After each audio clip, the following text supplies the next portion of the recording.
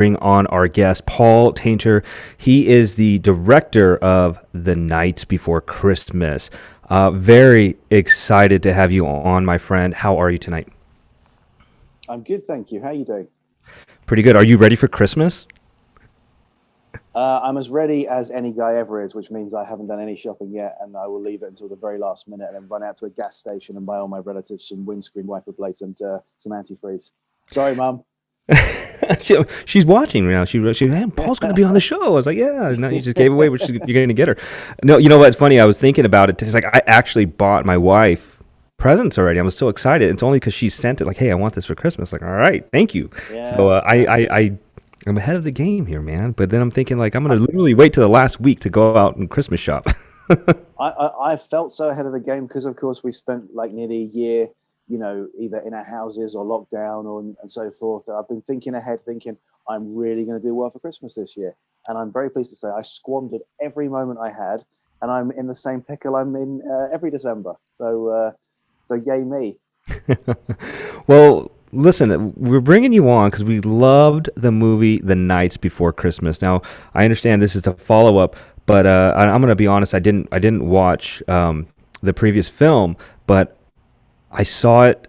Obviously, I have the picture behind me, and that's what drew me in. And then you're seeing all this buzz about it, right? Just opened up a couple days ago, and Horo and I were talking about it. Like we got to watch this film, and we checked it out. And then I got to get Paul on the show. So loved the film. I love holiday horror films, especially when you get crazed killers dressed, as Santa Claus and Mrs. Claus and whatnot. So I got to ask you, where did this film, where did the ideas come from? Well, as you say, this one is a follow-on to another film we made a couple of years ago, another Christmas slasher called Once Upon a Time at Christmas. Mhm. Um, so it follows on from that, and the idea of this one kind of stemmed from that because when we were shooting that, we had these two very cartoonish, outlandish, crazy characters, sort of larger than life, which I think is kind of like is a good fit for a crazy horror film. Um, and we kind of wanted to look at the backstory of these characters, see where they met, where they came from, and that kind of thing, but whilst also continuing the story. So that's where The Nights Before Christmas came as an idea, something that could follow on, but also kind of showed the genesis of these characters. But as you say, you can see it without. Hopefully, you can see it without seeing the first one. We were very careful to try and make this one that people could come to totally cold, having neither heard of nor seen the first one. We try and do our best to kind of try and catch people up in the first sort of 10 minutes or so, and then get into the new set of carnage as it is. So in terms of this one, it was sort of wanting to kind of play in the same sandpit and have more fun with these characters, but kind of do what you always try and do with a follow-on or a sequel, which is try and sort of do it to the square root. So do everything bigger and bloodier and messier and more kills and that kind of thing. So that was where this one came from, really. The first one just came from myself and the producer Simon, who also plays Santa Claus. Really wanted to do we kind of held back from doing anything horror, out and out horror related for a while, and we really wanted to go kind of balls to the wall as crazy as possible. And Christmas is always such a good time just because blood looks so good on snow. So and Simon, bless him, he's kind of approaching the right size for Santa Claus now as he enters his middle ages. So it seemed like a sort of appropriate character for him. Yeah. It's a good point that you just said. Blood looks so good on snow. That's got to be a T-shirt. That's got to be a T. You need to trademark that, man. Well, I would love to try. I would love to copyright that. Unfortunately, there's a very cool Canadian film festival that does horror called Blood in the Snow Festival that runs in Toronto every November, and they've premiered us. They premiered Once Upon a Time at Christmas, and they premiered Nights Before Christmas. So I feel like they kind of they beat me to that one, Oh unfortunately. man, but speaking of snow and in an opening scenes and uh, there's obviously some murder that takes place in the snow and whatnot. And where did you guys shoot? So all of both films actually were in Canada. So it was mainly in and around the Ottawa area, the sort of suburbs of Ottawa, with some stuff in the GTA in the Greater Toronto area. So yeah, generally anytime we are seeing a vast expanse of snow and fields and that kind of thing, Mhm. that tended to be in the sort of 45 minutes to an hour outside of Ottawa, area called Merrickville. That lent itself very well, lovely open area. And for this movie, we were so fortunate to catch literally the first snow of the year in Canada. The scene where the ambulance scene where Mrs. Claus is being transported by the FBI. That was the first day of shoot, and we had the shoot scheduled for a couple of weeks based around when it was likely to snow. But the night before, there was still no snow on the ground at all, and we Mhm. went to bed kind of thinking, well, if we wake up and there's nothing, then I don't know what we're going to do, because you can't. If there's no snow on the ground, then it could be any time of year, really. And woke up and there was that first pristine snow that looks like something out of a Hallmark movie or a Richard Curtis film or something. The kind of thing that you think this is just perfect and fluffy and light. It's before it's gotten dirty. Um, and yeah, so we were very fortunate in that regard, because we had just perfect virgin pristine snow to be playing in. So it looked and felt very Christmassy. So I'm sure all my co-hosts are going to ask about the movie. I wanted to ask some personal questions about yourself. Um, Yeah. Tell me about some of the influences. Uh, you make the horror movies. You've made two back-to-back movies here with the Night Before Christmas and whatnot. Is it something that you like? You like doing the horror films? Are there certain movies that you like or directors that you like? Yeah. Well, in terms of this, I would say what we did with both Nights Before Christmas and Once Upon a Time at Christmas is we tried to take a sort of horror slasher film, but merge it kind of with in the first one a police procedural, and then in this one sort of an FBI procedural. So you've got a sort of investigative angle running through it. And so I kind of feel like the thing that we look to for inspiration in terms of tone and style, at least, was something more like the Silence of the Lambs, where you've got your serial killer elements, but you've also got your FBI and investigation and that kind of thing. So that would definitely be an influence in that regard. In other instances, I feel like I've always been a big fan of the tone and style of the Omen films. I like things where sort of tension builds. It doesn't necessarily need to be about something leaping out, like a jump scare or something like that, but things where like just a general sense of creeping dread kind of like rises. So they were sort of influences in that regard. But I tried not to sort of draw too much on other slashes, because the worry was that you'd end up just being derivative of other things. If you sort of sit down with a list of Christmas horror films to watch, you'll end up ticking off a thing of like, well, I'll take that and I'll take that, and we didn't want to do that too much. So I tried not to sort of immerse myself too much in any other Christmas horrors, that I didn't want to end up nicking things.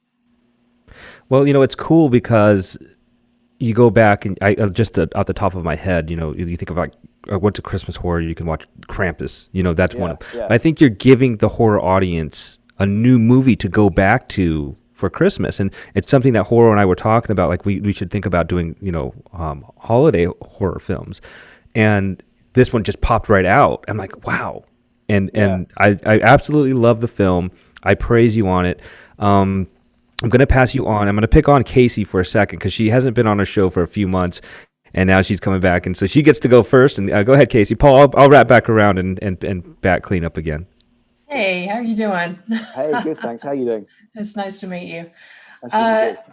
I'm always curious about the roles of the female characters in these horror movies because you see, the same thing done over and over again. What was your inspiration for like Mrs. Claus? Oh well, I mean, I think you can kind of tell when looking at Mrs. Claus that there's more than a couple of shakes of Harley Quinn in there. Sailor, who plays Mrs. Claus, is this. I mean, she's a great actress, but she's also got this tremendous physical presence. She's 6 foot plus, Yeah, in flat shoes. Is gorgeous. Looks like a Valkyrie, but also like plays both the sort of like innocent tenderness and manic craziness very well. And so we knew that the basis for both Santa and Mrs. Claus was always the costumes, and then other physical things from that came, like, and this was both the actors kind of like inputting into these things, such as Santa's scar and his metal teeth, that kind of thing. and Sailor was very active in inputting into the role. So actually, originally, Mrs. Claus wasn't all sort of pigtails and that kind of thing, but that was something that Sailor, you know, we were doing a costume test, and Sailor stepped out, and you sort of looked at her, and she sort of paled her face down a bit, and you know, you look at it and you go, well, that's sort of, it feels a bit Harley Quinn, but then she starts doing some of the scenes, and you go, yeah, this kind of feels right. So for Mrs. Claus, there was more than a bit of that in there, but I kind of feel like, in terms of the both of them, you know, it's not just the Joker and Mrs. Claus, but there's, you know, it's not just the Joker and Harley Quinn, but there's, you know, a sort of slightly weirdly fucked up yet innocent love story between the two of them. So, you know, it's sort of like if you had crazy kids playing at adults.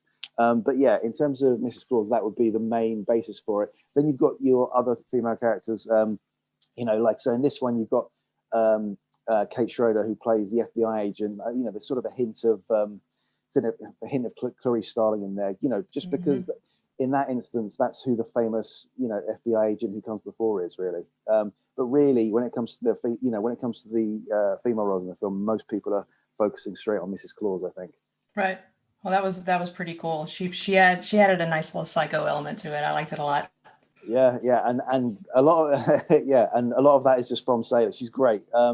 I mean, I know we're not talking about the first one too much, but one thing we did when we were shooting the first movie is there's a scene where it's been out for a while now, so I'm not really worried about spoilers. But Mrs. Claus is captured by the police, and she's hands a handcuff behind her back, and Sailor, the night before we shot that, told me that she like is double jointed, and she used to work as a contortionist, and so I said, "Can you bring your arms up?" And she said, yeah. And she did this thing of like arms over the head, cronk, as she does it, like you hear this crack. Wow. And I said, could you do that tomorrow in the scene? And she said, yeah, I'll do it like once or twice. I'm not going to do it a dozen times because it hurts. But yeah, like threw that in. So that, again, that's something that she just kind of brought of herself to it, and it looked fantastic. And so, you know, just did it in one take. And yeah, I remember at the premiere for that one, when people saw the scene, there was this sort of visible awe in the audience as she was doing it. It was great. Yeah. Oh, that's awesome. That's a great story. Thank you. Yeah, I'm going to pass it over to Chris now. I know he's got some great questions for you. Thank you. Hey, I am delighted to be here with you. I watched the movie with great interest, having not a whole lot of people know this, been in Silence of the Lambs, and also been an FBI agent for 25 years. Really? Yeah. I'm sorry for all the mistakes we made for the sake of movie magic. Okay. You know, it's kind of funny because I'm a relationships guy, a people guy. So I forget about strategy and procedure. I was looking at the people, and okay, I knew that Natalie. Yeah, I know exactly who she was. And then the guy, not Zimmerman, I forget his name, but knew him too. I mean, these are all real people, and I was just putting them, and it was kind of fun for me to watch that. Yeah. But no, you have nothing to apologize for. Everybody in the FBI, except for me, makes a lot of mistakes. So, you know what? No, it was actually very, very enjoyable. Oh, good. You know, I love this movie because I love slasher movies. And I'm used to slasher movies, 25 minutes going, you get to the first killing, and then every 10 to 15 minutes, you get another killing until the end. And you end up with anywhere from 5 to 7 killings. We had 33 in this one, I think, in the first 7 or 8 minutes. This was poetry to real slasher fans. It was an orgasmic voyage into the slasher genre. Oh man, I'm going to put that on the poster. Use the quote, but I tell you, you came into this really ambitious. Was there anything that you said to the actors and the writers and to the set? I want this to be an explosion from the start, knowing that you would have to keep that up because that's the downside of it. And you know, massacre to you is a 4-letter word because we had them over and over and over again. You did indeed keep them up, but it had to be quite a challenge to keep up the carnage of the opening. I think it was 7 or 8 minutes. you're right. It's a challenge to. I mean, you want to start big, but then you want to keep getting bigger as the movie goes on. You know, you want to kind of like grab people by the throat and pull them with you for the entire ride. Um, in terms of actually anything I wanted, really, there wasn't anything that we had in mind for the story or for the film that we ended up needing to drop or anything. Because so myself and Simon both we co-wrote the film together. We've always got a good idea in advance of the budget we'll have, and it's always a very limited budget, but we're quite good at making it look and feel more expensive than it is. We kind of got an idea of the locations we're going to have, so we can work around those and that sort of thing. So we know what tricks we can play with, so we kind of work to those strengths. So I remember when we wrote things like I wrote the scene Santa brings a tree down on a vehicle. And I wrote that thinking that'll probably be something we'll end up having to change. And we didn't. The only thing we changed in that scene was we ended up, and you could make a story reason for it, was Mrs. Claus was in an ambulance, whereas in the original script, she was in like an armored vehicle. And then we tried renting an armored vehicle, and you find out how expensive they are, and you go, okay, we'll get an ambulance instead because they're a bit more accessible. But you can kind of, you can make that work for the story. But yeah, no, in terms of, we never tried to stick to any, like every few minutes we must have this. We just kind of let the story dictate where the kills would be and where they would naturally work for for Santa and Mrs. Claus. But yeah, in a horror, you kind of want to give the audience what they're expecting, and that's a lot of kills and a lot of blood. So we tried to make sure that we started big and kept on getting bigger. So I'm glad that hopefully we managed to achieve that. Oh, definitely. And a moment ago, you're talking to Casey about Mrs. Claus, the Harley Quinn influence. Santa Claus, in this carnage-filled bloodbath, has a wit and a satire about him that sort of remind me a little bit of the Leprechaun character in the Leprechaun movies. But his comedic element, and it was kind of funny, some of his lines were hilarious, just added to the horror. Was he ad-libbing at all, or is this should be a tip of the hat to the writer?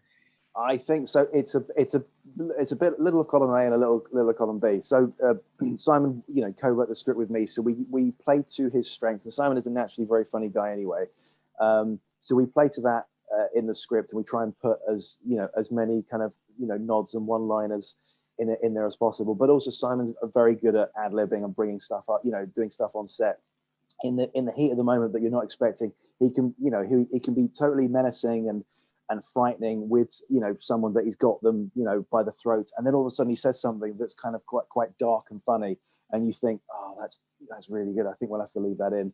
But I think those moments are quite important for a film like this, where so obviously I cited Silence of the Lambs as a bit of an influence. This, I'm not saying by any stretch of the imagination that we are like Silence of the Lambs, in that in that film you could never really, you've got Hannibal Lecter as a very smart character, but he would never sort of turn and do a wink and a nod to the audience in a sort of in a way of saying, look, I know what kind of film I'm in. In this one, I feel like you can do that because the characters are so cartoonish and over the top. You have to kind of like pull it back every now and then and go, look, we know it's not too serious, okay? So please don't think that we think that. And you throw those bits in, and that's where you get the laughs as well. And that's always quite satisfying, because after you've had the moments of carnage and tension, people want that release of something quite funny happening or something funny being said. So you have to kind of pepper those in as well, which Simon's very good at that. Well, it was a pleasure chatting with you. I wish I had known you before I retired, because I could have brought you to Quantico and showed you Behavioral Sciences Evil Minds Museum, and I would have loved that. Yeah. I tell you, now I'm useless. I'm worthless to anybody. But... well, I enjoyed the chat anyway. Thank you very much, Christopher. Of course. And I am going to pass you on to Omar now. Thank you so much. Thank you, mate. Hey, Paul. So, hey, man. Congratulations on the movie again. Thank you. And I guess Chris covered all of Simon there, and what a great performance he did. So I'm going to ask you another question. And I'm kind of curious, is it harder to sell a holiday/Christmas movie in the UK than maybe over here? Or do you think it's about the same? Or how does it come off to the audiences? I think that's a very good question. I think I think the audiences are kind of similar. Horror audiences worldwide are are horror audiences. Um, in terms of selling it, I think it's the same. I think it benefits us as filmmakers selling a movie that we've made something that's set in America and based, something that's based in America rather than UK. I think that makes it more. I think that makes it travel better for people, just because British films tend to only really do well in the UK. They don't really tend to sell internationally. But in terms of actually kind of getting it out there, no, I don't think the UK is too different in that regard. I mean, the market's smaller because there's less people. So the US has a lot more, exclusively horror festivals, and more of the horror sites are based there. But there is still a sort of, there's quite a small but thriving and very active horror community in the UK. So I don't think it's too much different, and it's not too, there's still a lot of horror labels here. It's just they're not as big and they're not as well known internationally. Yeah. Speaking of festivals, I believe this showed at Fright Fest, right? Yeah, it did. Yeah, I was very pleased about that. So obviously, as I said, most of the festivals in the UK tend to be smaller, but Fright Fest is like the Mac Daddy, definitely in the UK, and I think it's got a fair amount of clout around the world as well in terms of horror. And we our UK and European premiere was at Fright Fest. We played on the last day. We were one of the two last films playing. There was another film playing simultaneously with us, so we were one of the two films to close out the festival.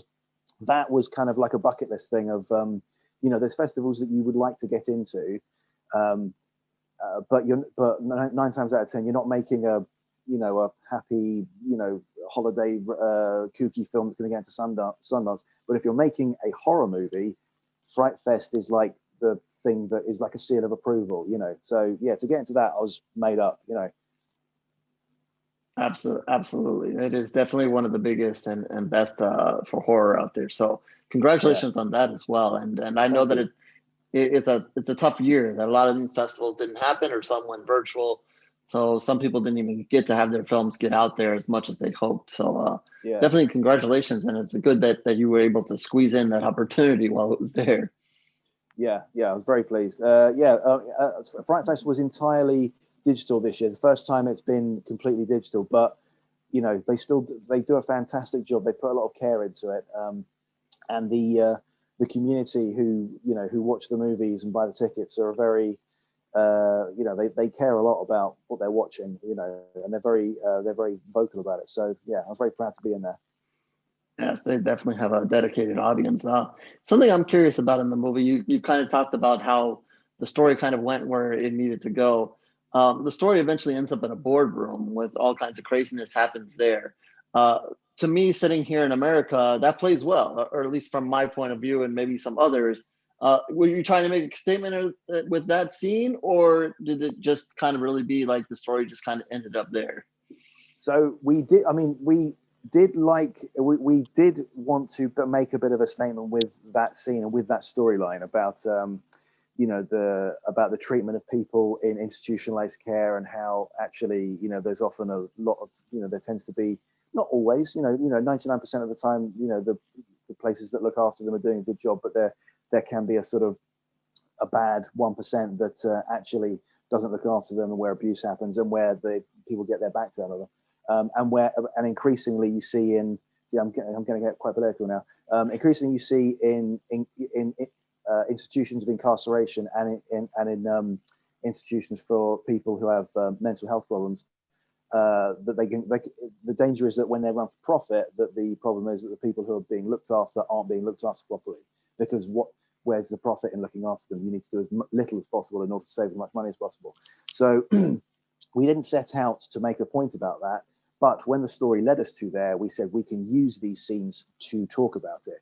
So the talking about it wasn't the destination, but it was something that we did along the way there. And we were able to sort of do it in some ways being a bit serious, and in other ways being a bit comedic. And as you say, in that scene, we tried to make it so there was a sort of comedic element, making sure that the CEO of the company was this sort of Weasley slimy character who definitely deserves to have his head cut off. which is why I played him. Exactly.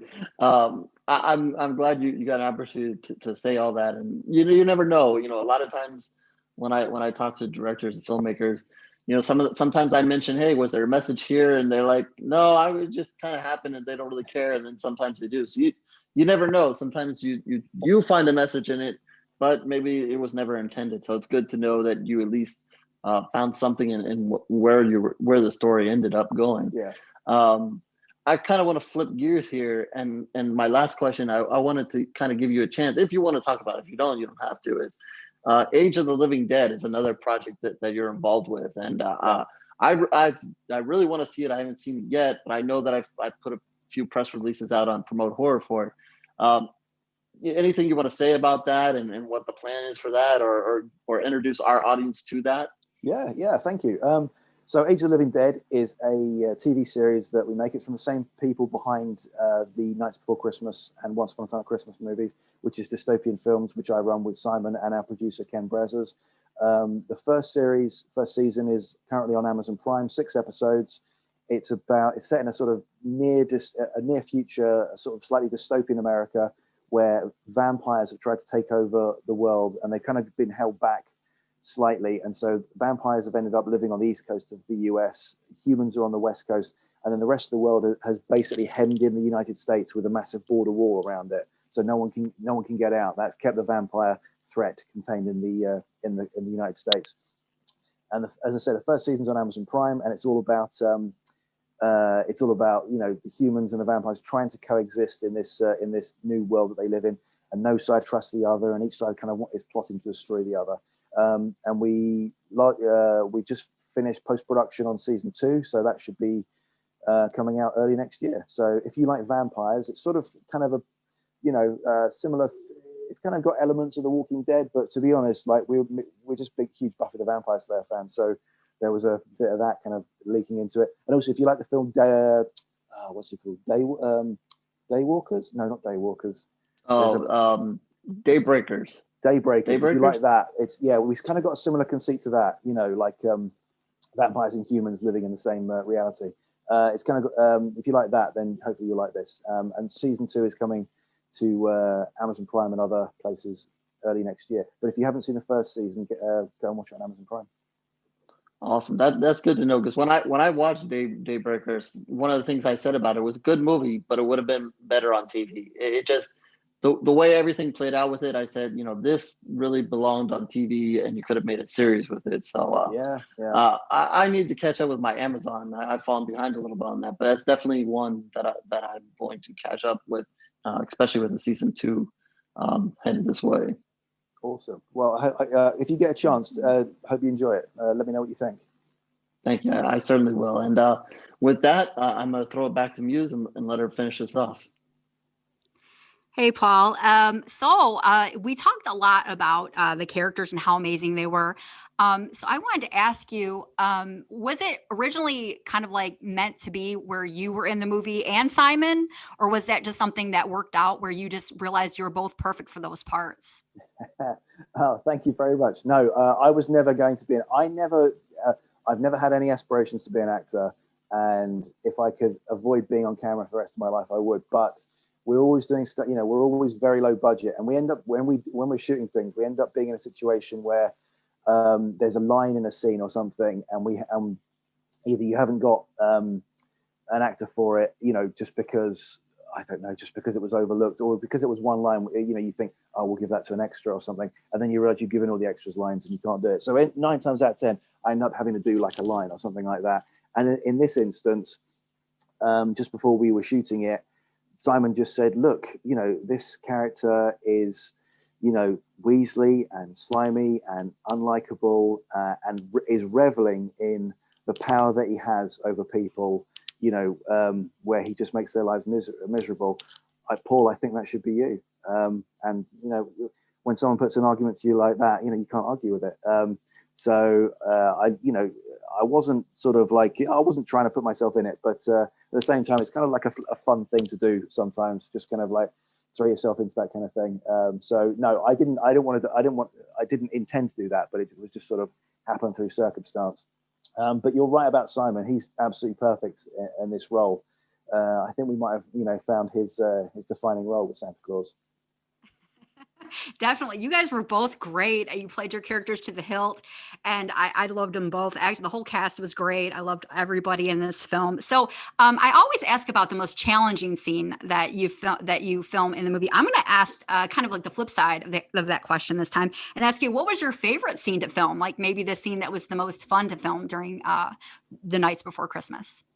Well, I think actually my favorite scene to film was probably still the most challenging, which was that first day in snow that came up to my knees, where I wasn't wearing suitable clothes, so my jeans were soaked and my boots were soaked, and we started before the sun came up at 4 a.m. and we didn't finish until that night, gone midnight. I think it was a 17-hour day that day, but that was the only day that was like that. Everything else, like we gave people the day off the next day, and then we kind of got back to some sort of semblance of normality. But in that day, we did the ambush with the ambulance and the cars, and where the tree comes down, and logistically bringing a tree down is a big thing. And then we had to do all the the killing of the agents, and then the stuff inside the ambulance where she's hearing it all happening. And that was a very long, very cold day with a lot of moving parts, vehicles on skidding around on roads, having to dig them out of snowbanks and that kind of thing. But at the end of it, what we got was, I was so very pleased with it that I felt like, and because that was the first thing we'd shot as well. And if you start really well, then you kind of go on with a spring in your step, thinking this is really going to work. So that was very satisfying in terms of shooting. But I think I'm going to throw another one in here, which is a favorite thing, just because it was kind of a bit silly and it wasn't in the original script, which was, there's a scene in a bathroom with Santa and a lawyer from the corporation. So originally, when we actually started filming, and the lawyer was just going to die in the boardroom massacre with me and everyone else. But I said, look, I want to try and do like an extra kill here.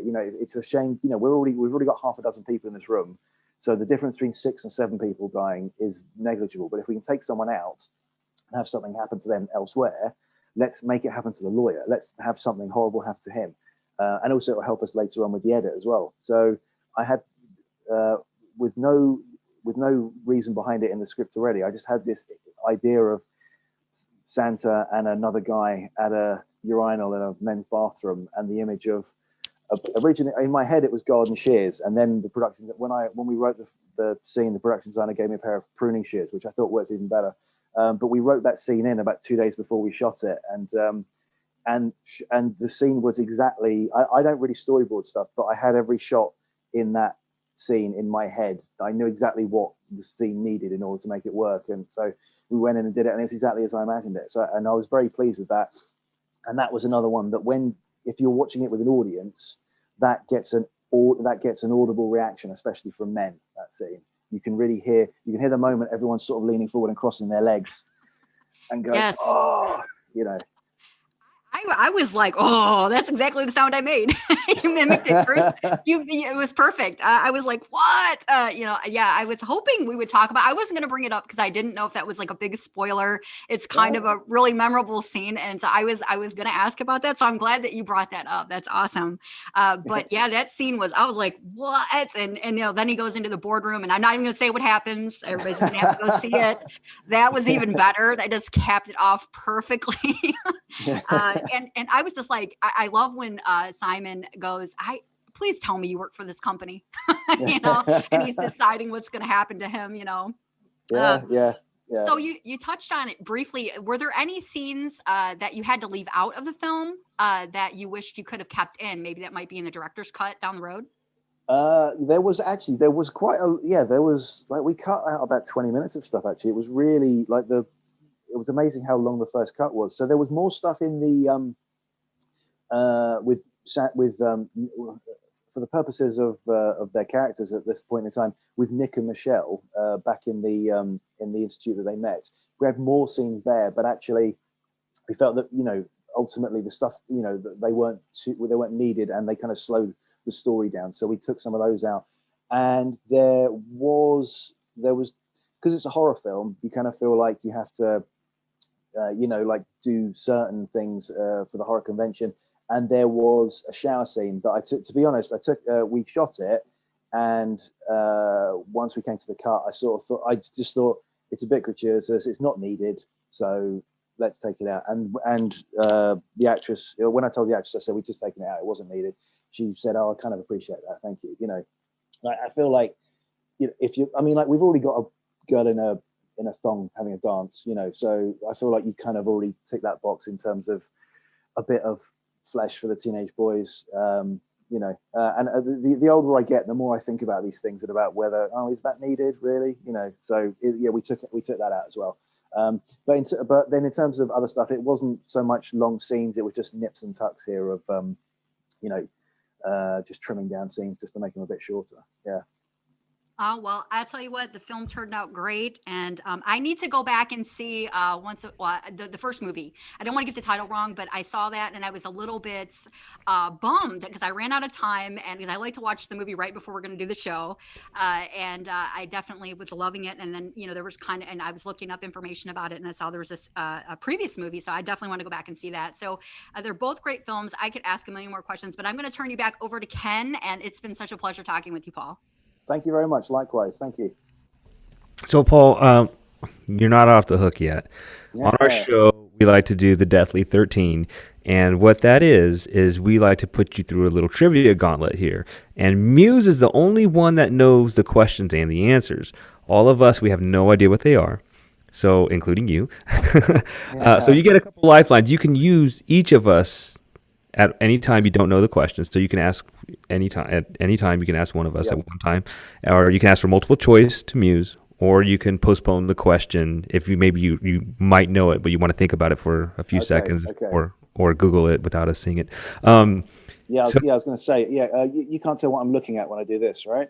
Well, you said you didn't want to be in front of the camera, but now you're on camera cheating. Okay, I won't cheat. It's no fun if you cheat. But we'll never know. All right, Muse, go ahead. Take it away. All right, here we go. We're just going to jump right in and start with the first question. In the movie Insidious from 2010, Dalton Lambert inherited his ability to astrally project from which of his parents? Well, I mean, so it's a 50-50 chance. I'm going to say from his dad. Oh no! Wait, was that not the end of the question? Was there supplementary? No, that was it. No, it was just which of his parents did he inherit that ability from? Well, okay, I'm going to go with Dad. You're right. It was his father, indeed. All right. Question 2. All right. In the movie, let me just. Okay, I'm gonna do this one instead. True or false? In the movie Videodrome from 1983, true or false? The Civic TV station is located in Toronto, Canada. Oh, okay. That's very specific. So I've seen Videodrome. I don't remember specifically where it was set. But I'm going to say yes. It was set in Toronto.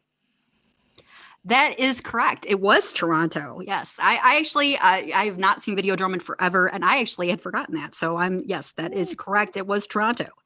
All right. Question 3.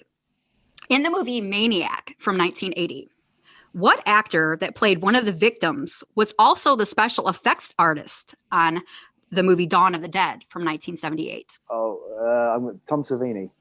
Yes, that was such a memorable scene too with him. Tom Savini, yes. All right. Question 4. I'd say he's pretty well known. I know who he is, but what actor narrated the Texas Chainsaw Massacre? I can give you a hint here. If yes. I kind of feel like I want to throw a hint. Freebie, yeah. Okay, yeah. Can I have a freebie hint, please? Okay, so I'm not sure if you're familiar with this TV show, but he's really well known for being on the TV show Night Court, and he was kind of like the sleazy attorney. Oh yeah. Oh, you know what I'm talking about? Yeah. Right, I do know the show. Is it has he now got white hair? This guy, has he now got grey hair? Was he in Stripes? Yeah, he does. Yes, yeah. Well, I know he definitely has gray hair now. All right, okay. Can I ask? I don't want anyone to tell me the answer, but I want someone to give me a further clue, if that's all right, because I think it's one of two people. So, Christopher, could you give me a clue? Christopher, is it someone who? All right, Is it someone who has been in one of the Star Trek franchises? I don't think so. I was going to say Okay. a tall guy who he's a tall guy, and I'm not big on Star Trek, so I couldn't tell you. I think the answer is no to Star Trek, though. Okay, all right. It's not the other one I was thinking of. Has anyone here seen the movie Stripes? Yeah, yes, Was definitely. was he in Stripes? I don't remember. I don't think so. Ca- Casey's nodding her head. Does that mean he was? I don't remember if I he am was. 90% sure he was. Okay. Oh, you know what? I can't remember his exact name, but I know that he was in Stripes as a sort of inept captain or general, Yes. and I Sounds would about also right. I know him as someone who also was in an episode of House. Who he was in a coma, woke up, and they needed his heart, and him and House and Wilson went on a road trip somewhere, and he couldn't remember who he was or something like that. And then at the end of it, they came back and his son got his heart. His surname begins with the first name. His first name and last name begin with the same letter, I think. No. No. No. Okay. No. What's no. his name? No, you're not done. Come on, you're on question 4. I don't think the chat room knows it. It's funny because they're counting for you here. He's given every description of the guy except his Yeah. name. Just give him something. You want 50-50. His last name is weird. His last name Yeah, is he's got He has a really long, weird it's like last a name. weird French Cajun last name. In Night Court, was he the thing I remember him doing in Night Court was where they had to fit all the charges in before midnight, and he read out a roll of them really, really quickly. No, this is not getting a reaction. No, I think you're thinking of the bailiff guy. Yeah, that's the Yeah. bailiff. He was Bull. He was- He was one of the lawyers. Yeah, he was one of the proud of lawyers. his sexual prowess. You know, he was Yeah. always talking himself up. You want to take a miss, or you want to ask 50-50? Or you can ask one of us again, because I Yeah. think all of us know it, except Or for there, Chris. there is multiple choice too. Oh, Chris knows. I know. Oh, Okay. yeah. Okay. Okay. Oh, what are the options for the multiple choice? Okay. So multiple. Well, William Shatner can be one, so we know it's not going to be that. Okay, so this is what I have written down for multiple choice. So I have Tom Cruise. Yeah. Right. Came up with some really interesting possibilities here. John Larroquette. Remember that name? And Yeah. James Earl Jones. It was John Larroquette. That was the guy. There you go. Yeah. I was like, what? When I was doing the dying. multiple choice, I was thinking, what character is going to stand apart from the rest? This guy. That was great, Yeah. Muse. That was Yeah. great. Oh, John Grant in the chat room. John Grant in the chat room said, "Make sure Dexter. We have a skeleton in our somewhere in one of our. We can't see him, but he's there. Dexter is also a possibility. Anyway, keep going. You're on question 5. You're 4 for 4 so far. Okay. Question 5. So this is a true or false. And we did a movie a while back that was really great sci-fi horror called The Void from 2016. Nice. And so this is true or false. So true or false, the co-directors of the movie The Void were simultaneously working on the DC comic book adaptation of The Suicide Squad. True or false? So they were working on like the graphic novel version of it. They weren't working on the Yes. movie. No, this would have been the comic book adaptation. Okay, I'm going to say true. That is true. I thought that was a really cool fact. Yeah, that's cool. Yeah. And wish Well I done would have for known them, that. Yeah, we had them on our show, and I didn't know that. Wow, I didn't know that. Did they not mention it at all? No. He said he was no, working on something, or I can't remember, but it was Wow. really cool Wow. interview. Okay, well that's modest. That would have been the first thing I would have brought up. If that Right. been me. Yeah. You'd have said, "How's the movie?" I'd have gone, "Forget that. I'm working on Suicide Squad." Right. All right. Question 6. All right. In the movie Poltergeist from 1982, how old was little Carol Ann in that movie? Oh, I think was she 5? She was 5. That is excellent. Yes. Always go with your gut. I'm like, don't Yeah, second guess yeah. yourself. You got it. Yeah. All right. Question 7. So sticking with the poltergeist theme. So this is a true or false. So true or false? Lara Flynn Boyle of Twin Peaks fame was actually in Poltergeist Part 3. Is that true or false? Oh, what year? Am I allowed to ask what year Part 3 was made? Oh, I don't have it written down. It's okay. I'm All right. not sure on that actually.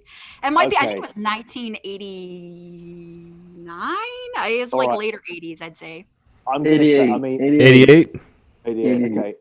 I'm going to say yes because I can imagine her being in like that, like, you know, like a young Johnny Depp with, you know, like that kind of thing, like pre-fame. I'm going to say yes, and it wasn't a big role, right? She was her older sister. It was kind of a bigger role than you would have thought. But yeah, it's Okay. true. She played Carol Ann's, I think, cousin, something like that, or kind of like a surrogate sister or something like that. Okay. So yeah, so definitely one of those. Exactly, you described it perfectly, like a Johnny Depp early pre-fame role. Really, Yeah, really yeah. kind of cool little thing to look back on. All right, so you're doing great. Question 8: the movie Doctor Sleep was a sequel to what 1980s horror classic? You know what? You guys have been very generous with the questions. It was a sequel to The Shining. Thank you. I appreciate the softball ones. You never know what kind I of just mood watched she's that. going I'm to be high in. on that movie right now. She's in a good mood sometimes, and maybe it's your English accent. I don't know, but she's Could a be. sucker for accents. So Yeah, for Okay. sure. Well, in that case, I will continue to I'll do my best my best posh. Thank you very much. Yes, just continue to be your wonderful self. All right, question 9. So it's weird that you mentioned Johnny Depp because that is who centers around our next question. In the movie From Hell from the year 2001, Johnny Depp plays a clairvoyant detective on the trail of what infamous serial killer? I'm pretty sure it's Jack the Ripper. It is Jack the Yeah. Ripper. All right.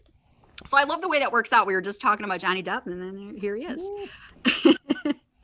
All right. Question 10. In the movie Crimson Peak from 2015, which author does protagonist Edith Cushing say she would prefer to emulate? So this is actually a multiple choice by itself. So those choices are, does she prefer to emulate Jane Austen or Mary Shelley in the movie Crimson Peak? I'm gonna say Mary Shelley based on and I haven't seen the movie, but I'm gonna say Mary Shelley based on the genre. It was Mary Shelley. Definitely. wow. All right. Question 11. In the movie The Devil's Rejects from 2005, the murder of what family member does Sheriff Wydell avenge in the film? Whose death was he avenging? Was it his wife? Uh, No, I got that one. I'm wrong, not haven't I? saying That was with Rebecca De Mornay, right? Wait, what? Devil's Rejects? No. Oh no, I'm sorry. What did I say? I thought you said What Lies Beneath for some reason. No. No. Yeah. Well, okay, sorry. I'm drunk. Actually, I'm not yet, but I'm drinking Dr. Pepper right now. So Oh man, put some vodka in that. I don't tempt me. All right, we do have some lifelines left, so Don't call on me. let me. Repeat the question.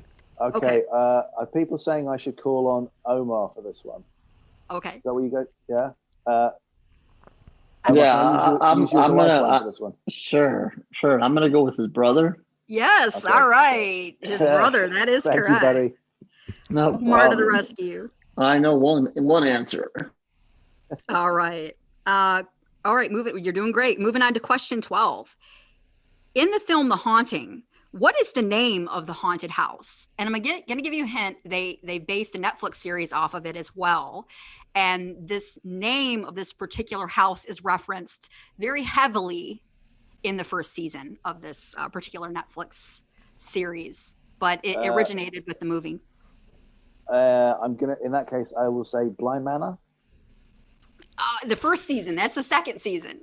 Oh shit! What was the first one? The Haunting of. Starts with an H. Is it Too late. Hyam? No. Haunting of. Kid's like, nope. What the hell? Alexis knows it on the chat. Hill House. So should we Hill actually Oh. House. ask Alexis? Oh, he got it. He got it. He got it. It just popped into my brain. Yeah. Okay. Hill House. All right, listen, Yeah. John. You're 12 for 12 right now, and Very generous that- of you saying I'm 12 for 12. you're 12 for 12. The 13th question is worth 2 points, so you can go 14 for 13, and you still have me and Casey, I think, for lifelines. Okay. All right. So for the final question, this is a true or false. So true or false? Actor Christian Bale lost more than 60 pounds to play the role of Trevor Resnick in The Machinist from the film 2004. That's true. He looked. That is true. He looked great for the role, but terrible, in terms of the effect on his body. Yeah, lost that. Then went to build it back all up for Batman, right? I imagine. Yeah. He went back to It was from American Psycho to The Machinist to Batman. Yeah, from Hench to a rake back to Hench. Yeah. But we got to go back even further when he was in Newsies. Did you guys know that? I did know that. I watched that. Newsies. I will admit it. A shout out to my wife. I love Christian Bale, so there you go. I was all in.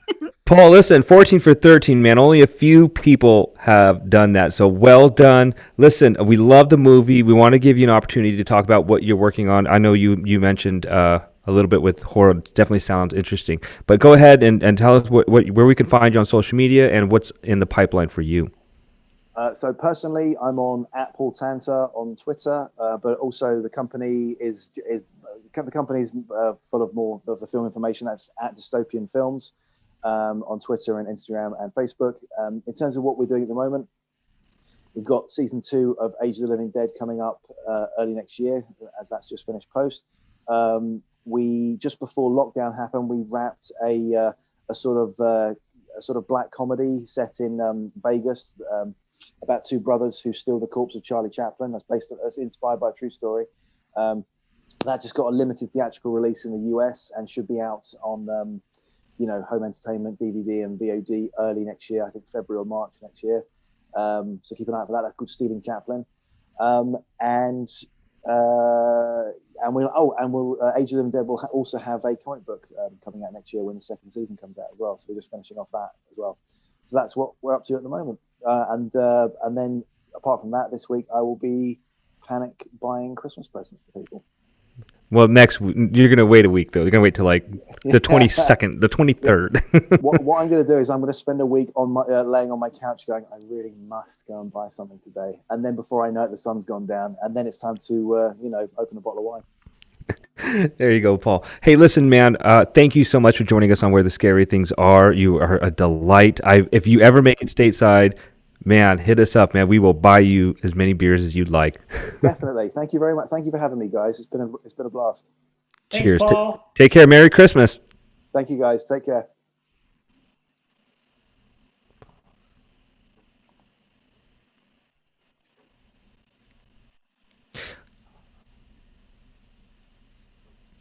All right, guys. We are still live on the YouTube stream, but we're gonna jump right into our segment. So if you guys want to grab a drink real quick, and I gotta get a beer real quick. Sit tight. I'm going to the bathroom. Yeah, you're on live YouTube, Muse. Hey guys, go to the bathroom. Don't listen. This is where I puke. I'm muting. Don't worry. Hey, Omar and Chris, tell me something. Hey, Go for it. I am just delighted to be here tonight. And Yeah. So am I. Dude. This is fantastic. I love it. This is overdue. I know. It's been such a long time. We were this close to coming down to Huntsville. You join us today. You want to come to Alabama? It's serious. One of these days. Yeah. I thought it would be interesting to leave the stream going. I thought it'd be funny for our friends here in the chat to see what we are like behind the scenes, and we'll hit record on the podcast where we get serious, which is weird because you'd think we'd be serious on live, but it's not the way we roll. That was good. He was awesome, man. He was Yeah, awesome. I like him a lot. He's a real good guy. Yeah, I can see me and him hanging together. Chris, you can hang with anybody. You can hang with Dexter and have a good time. Dexter is such a Dexter right I here. could put some meat on his bones. I could see Yeah. Chris, taking him out for dinner someday. Everybody's looking at him like, what in the hell is going on here? Extra steak for him. No, he can put it down. Right. I don't know if he can hold it in. Yeah. Everybody say something about Muse while she's in the bathroom. Muse, right? Muse is a Lions fan. You don't need to say much about that. I heard that. I got right back just as y'all were saying that. Okay, Mr. Christmas gift. I love the Mr. Donald Trump Christmas thing. gift over there. He got an early Christmas gift, so you better watch it there. All right. I'm gonna call an all-out blitz at the end of the game. Give me a break. Zero. Hey, Hey, man, no. loved it. Give me a I got to talk break. about that. I'm going to talk about that on the show. All right, we're gonna Oh, jump right into it. dear. Hold on one second. All I know is this interim coach is better than Patricia. I don't care who's listening. All right, here we go. Gonna get bashed for that, but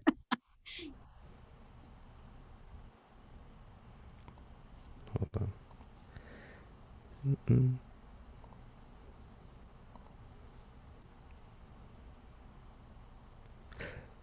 Good evening, boys and ghouls. You're listening to Where the Scary Things Are in collaboration with ZC Emporium for B Movies and PromoteHorror.com. Please follow us on Twitter at Scary Things Pod and check us out on Facebook. We also have our own website because we're grown-ups, just like everybody else. www.wherethescarythingsare.com. I'm your host with the most, Monster Mash Ken, and with me is my co-host, the Mistress of Darkness, the Queen of Fright, the Lady of the Night, Muse. How you doing tonight, lady? doing good. Got to watch a really good Christmas horror movie here the other night, and just enjoying hanging out with you guys. Well, I have a question for you, of course. Have you bought any Christmas presents yet?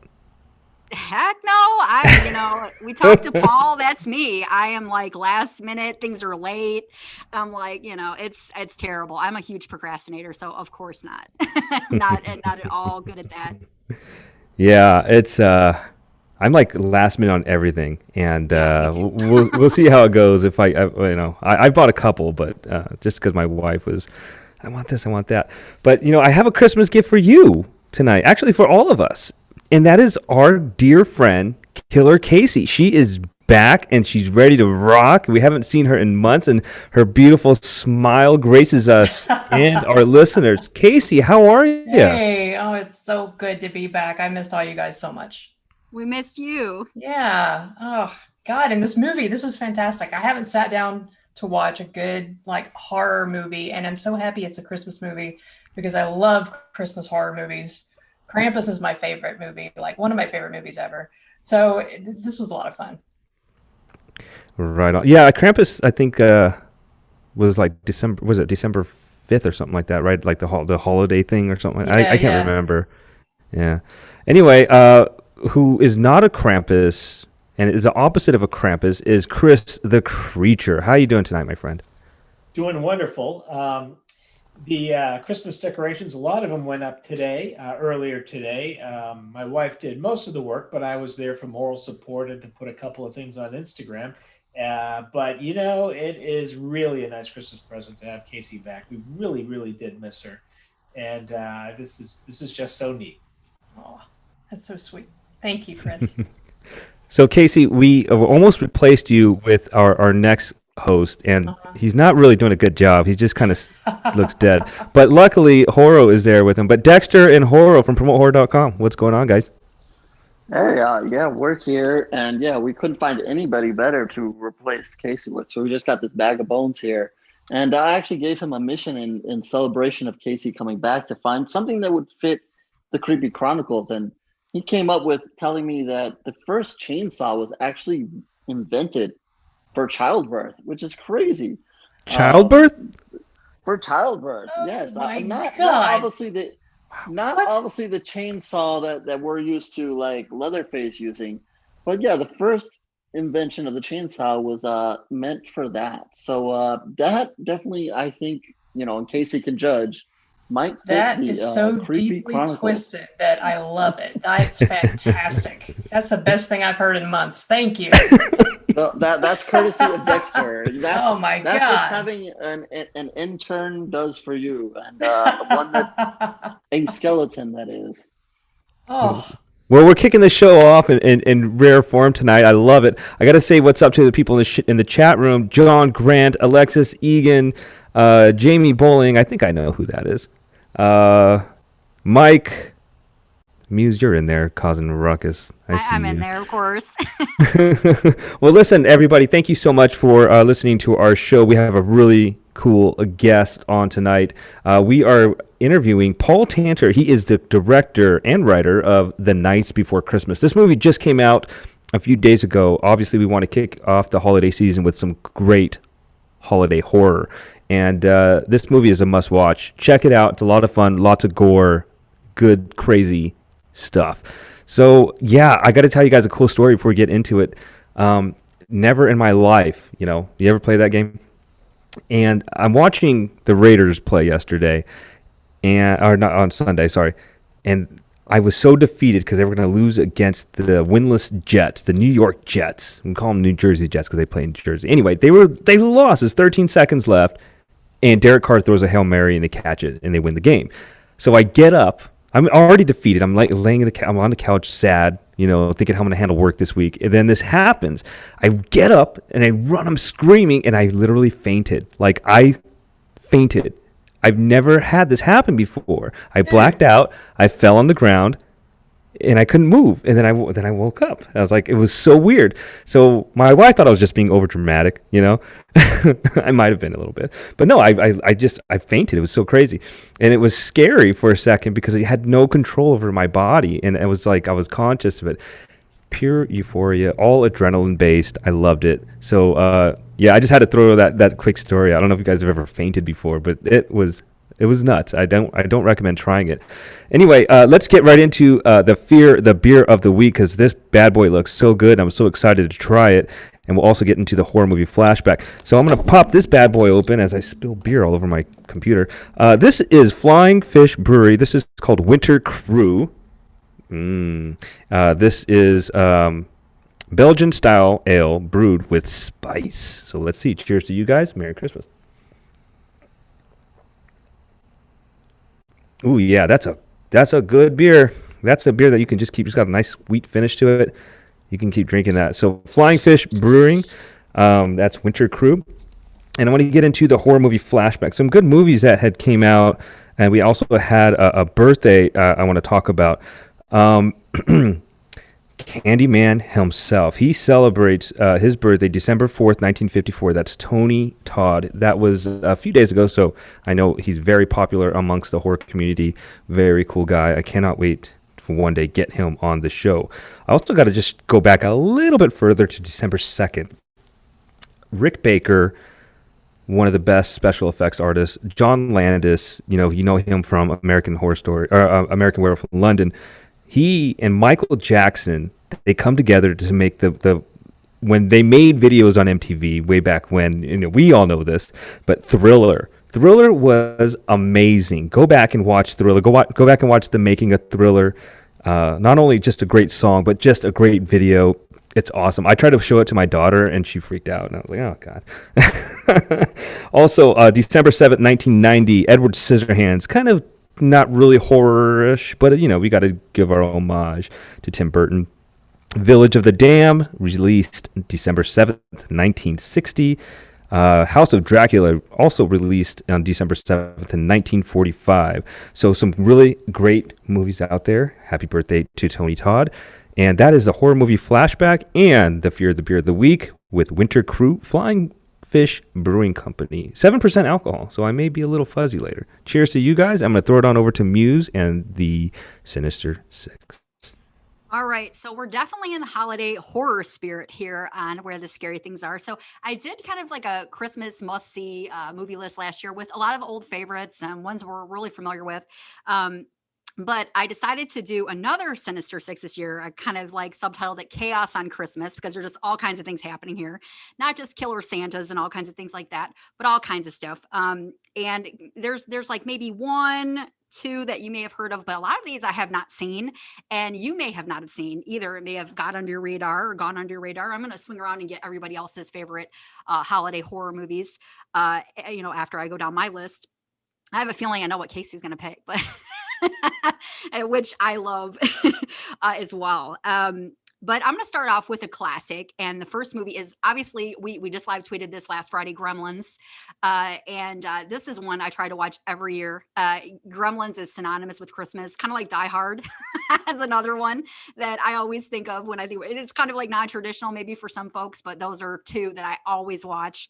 But Gremlins is definitely up there. There's all kinds of chaos. We know the story, Mugwise multiplying and wreaking havoc, alien inspired eggs hatching in the attic upstairs, and we've got Stripe going nuts, shooting people with a handgun, not that he needs it, here by the fountain in the mall near the end of the movie. And just so many memorable scenes, just a lot of fun. So we're all familiar with Gremlins. So I wanted to go to the second movie and go with one that I probably would not have picked, but I've got to see this because this just sounds so crazy and so good and different. It came out in 2017. It's called Anna and the Apocalypse.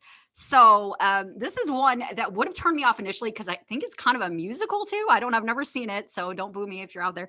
But all I had to see was zombie apocalypse. So I guess the zombie apocalypse is threatening the sleepy town of Little Haven at Christmas, and this forces Anna and her friends to fight and sing their way to survival, facing the undead in a desperate race to reach their loved ones. But they soon discover that no one is safe in this new world, and with civilization falling apart around them, the only people they can truly rely on are each other. So this is definitely one I want to go back and see. I've got to see this. It just sounds like a lot of chaos, hence the making of the list, and it's one I have not seen. So I tried to throw in a few of these that a few choices in here of movies I had not seen. Kind of challenge myself and maybe all of you if you haven't seen them either. The third movie is one I have seen. This we live tweeted this one probably back in, I'd say 2018, 2017, and it's called A Christmas Horror Story. So this is kind of like an anthology. And I mean, I'm telling you, this is a crazy ass movie, guys. So there's a few interwoven stories. Of course, they all take place on Christmas Eve, and they're being told by a very festive radio host, a DJ, if you will. And he's played by none other than the Shat himself, William Shatner. So I was all in right here because I'm like, William Shatner, yes, okay. So a few of the stories center around a family who brings home more than a Christmas tree.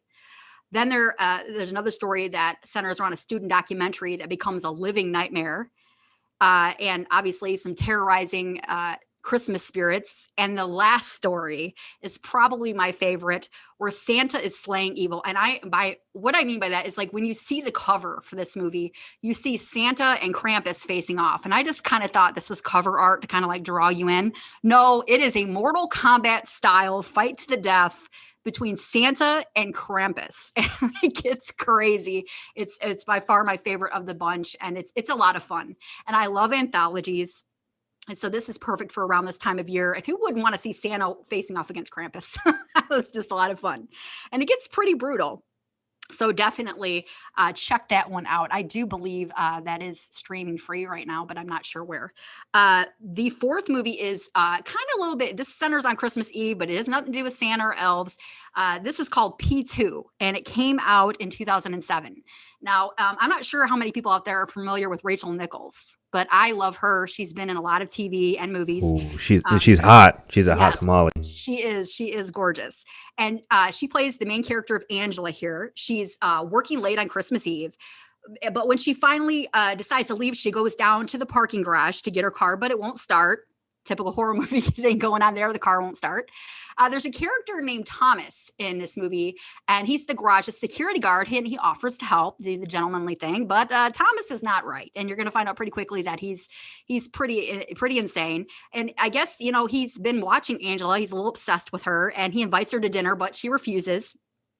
Thomas goes crazy. He knocks her out. She wakes up in Thomas's office. She's chained to a chair. She's in different clothes. And now Angela must fight for her life in order to escape from the garage. And let me tell you, Angela can handle herself.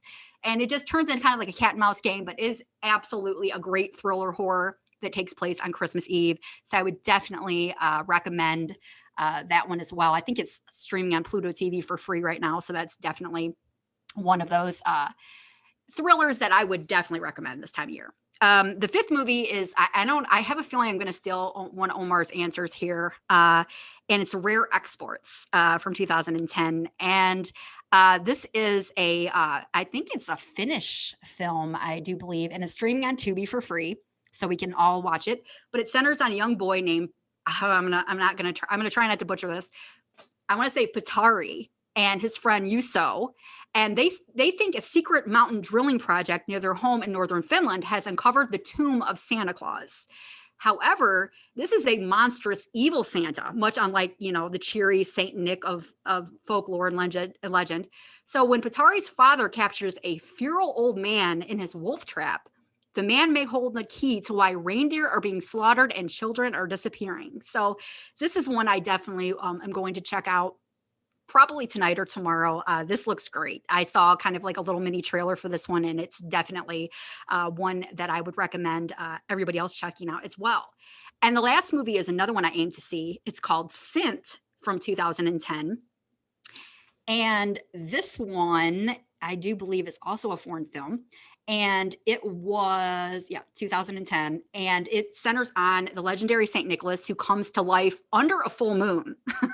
So we've got that going on, and he's terrorizing Amsterdam by trying to kill as many Dutch children as possible at Christmas time. So this is definitely, it looks like, I saw the cover art for this one, and I'm loving the makeup for Santa. He looks completely twisted and psychotic and just all kinds of craziness. Looks like that's kind of a very brief synopsis, but I definitely would recommend seeing that as well. I'm not sure. I think that's on YouTube to rent for anybody interested, but that's one I'm going to be checking out as well. So those are my Sinister Six chaotic Christmas horror movies. So I'm going to swing. I'm going to start with Casey because she's here, and I know I want to hear her favorite horror Christmas movies. Oh, it's like I mentioned before. Krampus is really one of my top 3. I like it a lot. It's so much fun. I'm very much into fantasy and that kind of thing. So it checks off all the boxes for me. Definitely. It's so good. I remember I saw this probably for the first time a couple years ago, and I thought I wasn't going to like it. I was like, and then I watched it and I was like blown away. Yeah, totally. I wasn't expecting it either. It was great. The creature design was just off the map. It was so good and blew me away. So I love when movies do that, when they surprise you, and it was so good. Yes. So I agree with that 1,000,000%. I definitely want to watch that here very shortly this year. It's become a holiday must-see for me, along with a lot of the other traditional Christmas movies. Okay, Ken, what do you got over there? Holiday horror. I got two. I got two. One is one of my favorite series, if not just horror series, but in all, is Stranger Things. You got to go back and watch the first season. It was based during Christmas. Loved it. Obviously, one of the most iconic scenes is when Winona Ryder gets the lights and she's trying to communicate with her son. So check that out. Also, not really a horror movie per se, but if I was in this situation, it would be horrifying.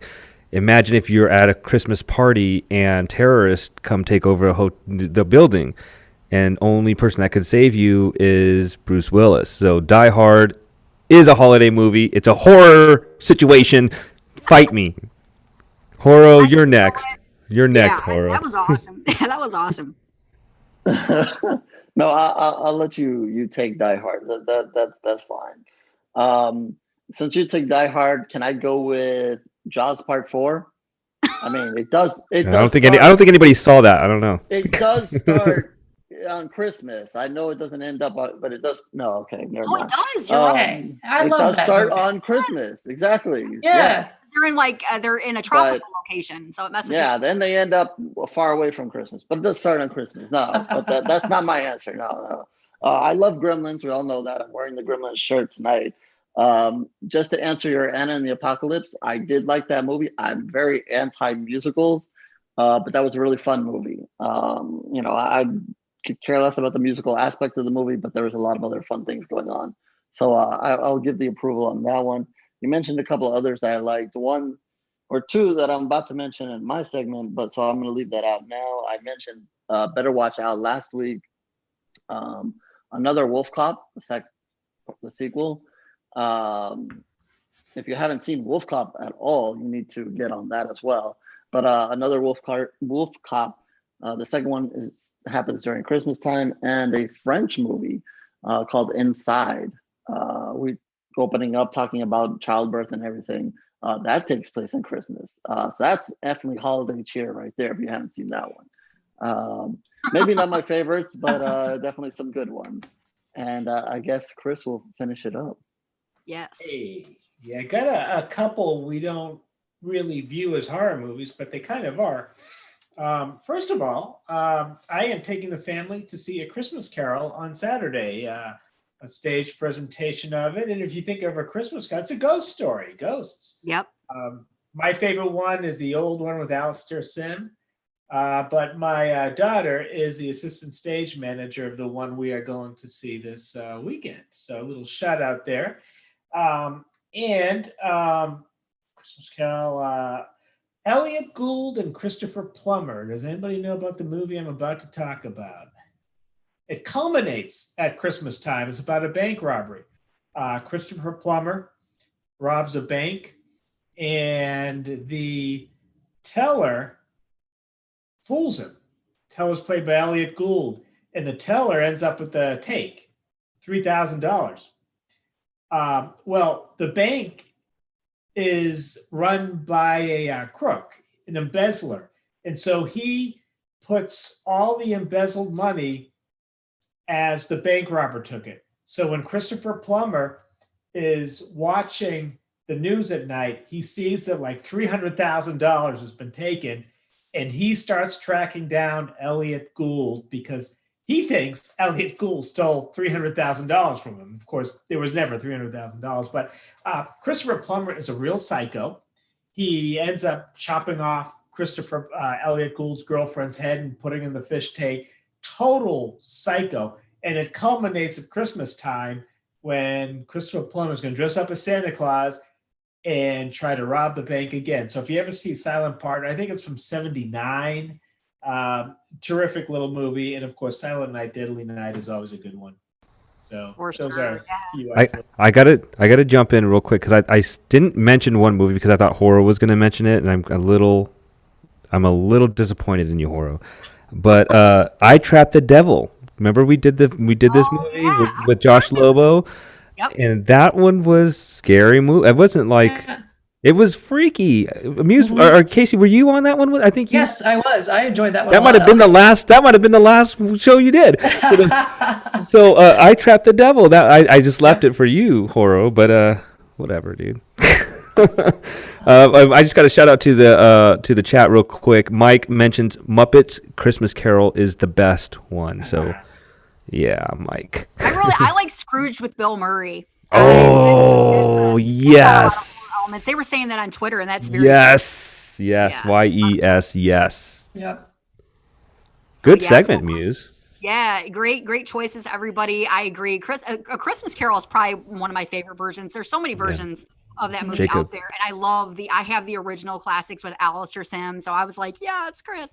So many great choices and so many good ones out there to go and watch. I know we talk about Silent Deadly Night, and Black Christmas is obviously another one that we love. A lot of us horror fans watch every year. So I didn't forget. I just had those on the list last year, but there's so many good ones. I just kind of want to throw out some more ones, and I loved your guys' choices as well. There's some on there I have not seen, so I'm looking forward to that.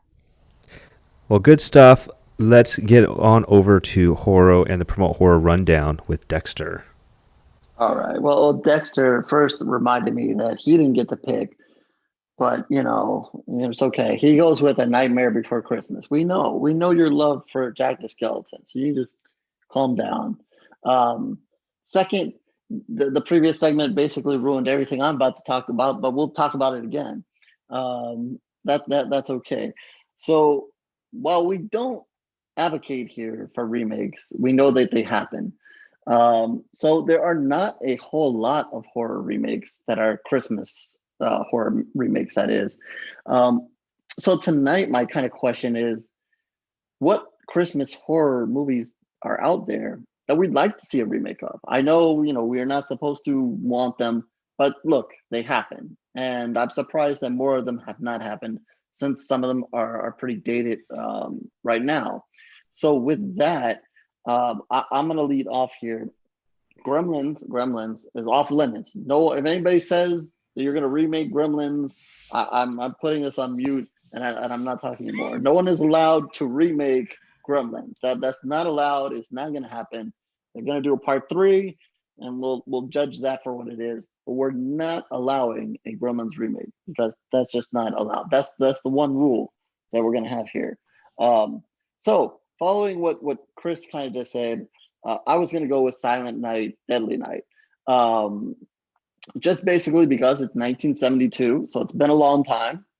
We have a very basic kind of setup here. You have little Billy, saw his parents got massacred there by Santa when he was little, and grew up and couldn't get over it, and decided from now on he's going to be Santa and he's going to start massacring people as well. So because of that, you have a very simple premise that you could remake, that you can do over here. It's been a long time, so you can follow the same script and maybe just up the same kills or come up with your own. But I'm all for all these Santa movies. We just talked about movies that we liked and so forth that are Christmas based. But there are a ton out there that we didn't mention that basically just have a guy in a Santa suit and for A, B, C reason go out and kill a bunch of people. I just Muse mentioned A Christmas Story. I just saw that the other day for the first time. Awesome stuff. Santa kicks ass, and obviously the big surprise there at the end. So yeah, anytime that you can just dress Santa up, you can go down the line. You can remake any of these movies where Santa has gone nuts. I picked Silent Night, Deadly Night, but there are a ton of other ones. Do them over. What the hell? Why not? And they're going to be remakes, and it's going to be Christmas, and nobody's going to really care because all you have to do is up the gore factor. What we don't want is one of these ones that are dumbed down for the teens and PG-13 because Chris is not going to see it and he's going to be mad, and that's not going to happen. So you keep the rated R, you keep the gore factor high, throw in lots of blood, and let's do it over. Another one that I'm just going to throw in here is Jack Frost. Why not remake that? Not that there's anything wrong with Jack Frost, it's a fun movie and so forth. But yeah, why not have a snowman come back? I mean, we can remake Jack Frost, or we can come up with our own reason that the snowman has come back.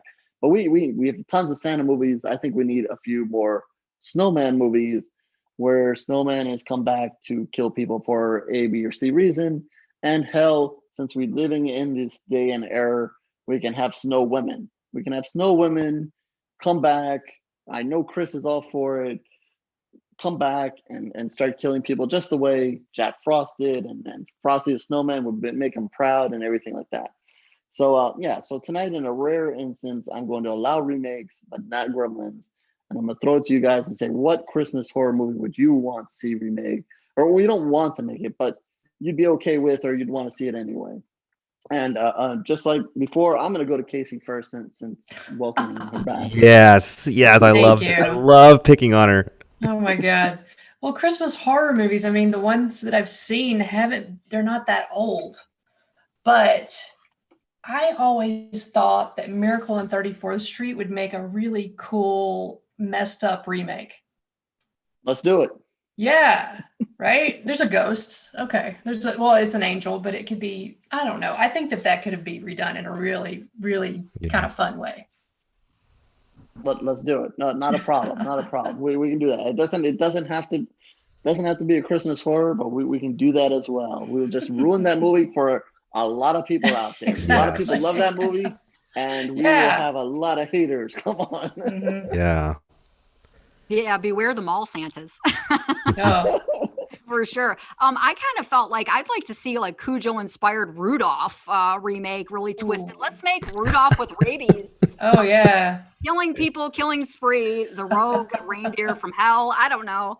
That'd be kind of fun. Maybe put a comedic horror aspect on it. I could see it being kind of like pretty like over the top, like Jack Frost a bit.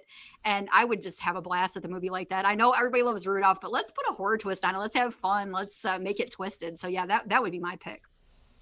Yeah, they haven't done too many reindeer movies. That is awesome one. We can do a nature theme and everything like that. That is, yeah. We've got some good ideas tonight. We're on fire here. I don't know if it's just because Casey's here, but yeah.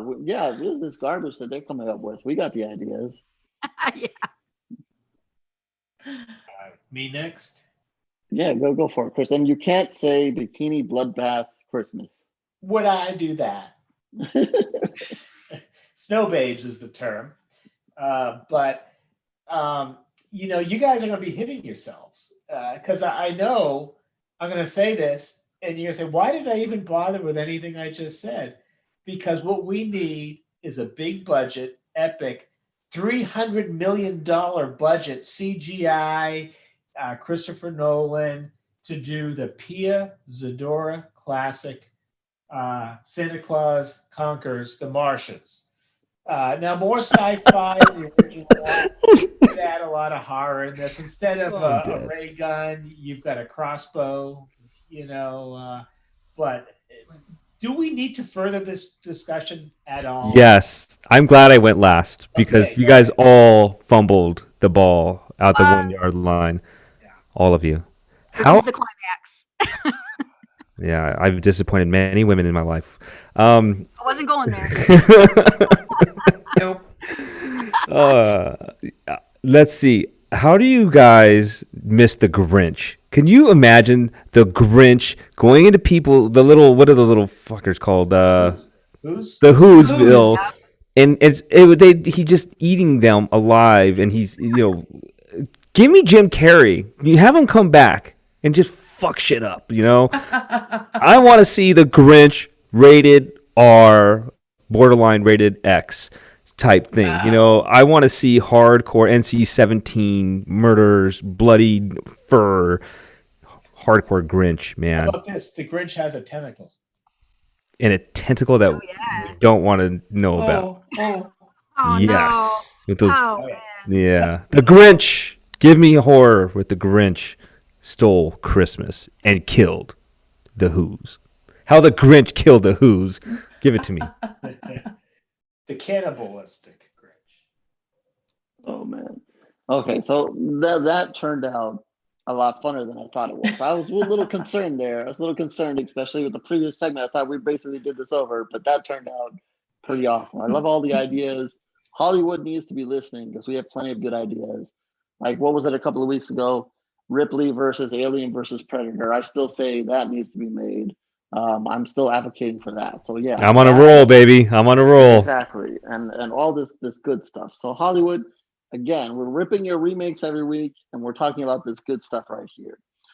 Speaking of Hollywood, we'll jump into the news. Not a ton of news today, but mention a few things. Monster Hunter, Chris's movie with his girl there, not looking good. I guess it didn't have a great opening overseas, so they decided they're going to push it forward a little bit, and now you'll be able to catch that on December 18th. So apparently it didn't do so well overseas.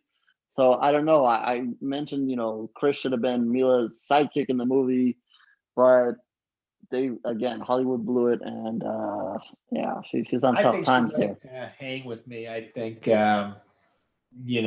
she would find me interesting. I think we need to, and I could have given her a lot of advice about the marketing aspect of it. Definitely. See, that was a movie would have done much better overseas. Chris is known for destroying countries overseas, and he's destroyed many of them in his book. So he definitely needs to be her sidekick. The movie would have done just so much better. That's a little worrisome, but I guess we'll get a couple of weeks here and we'll get to see that. Speaking of something else that's interesting here, Clarice, the new series that's coming to CBS, and this is good. We've done a lot of complaining about CBS here, putting their stuff on CBS All Access, but this is going to be on CBS as well, so we can see this. This Clarice, I guess they dropped the first teaser. This is the new series based on Silence of the Lambs. I guess this is going to be up, I think, a year after the events of Silence of the Lambs.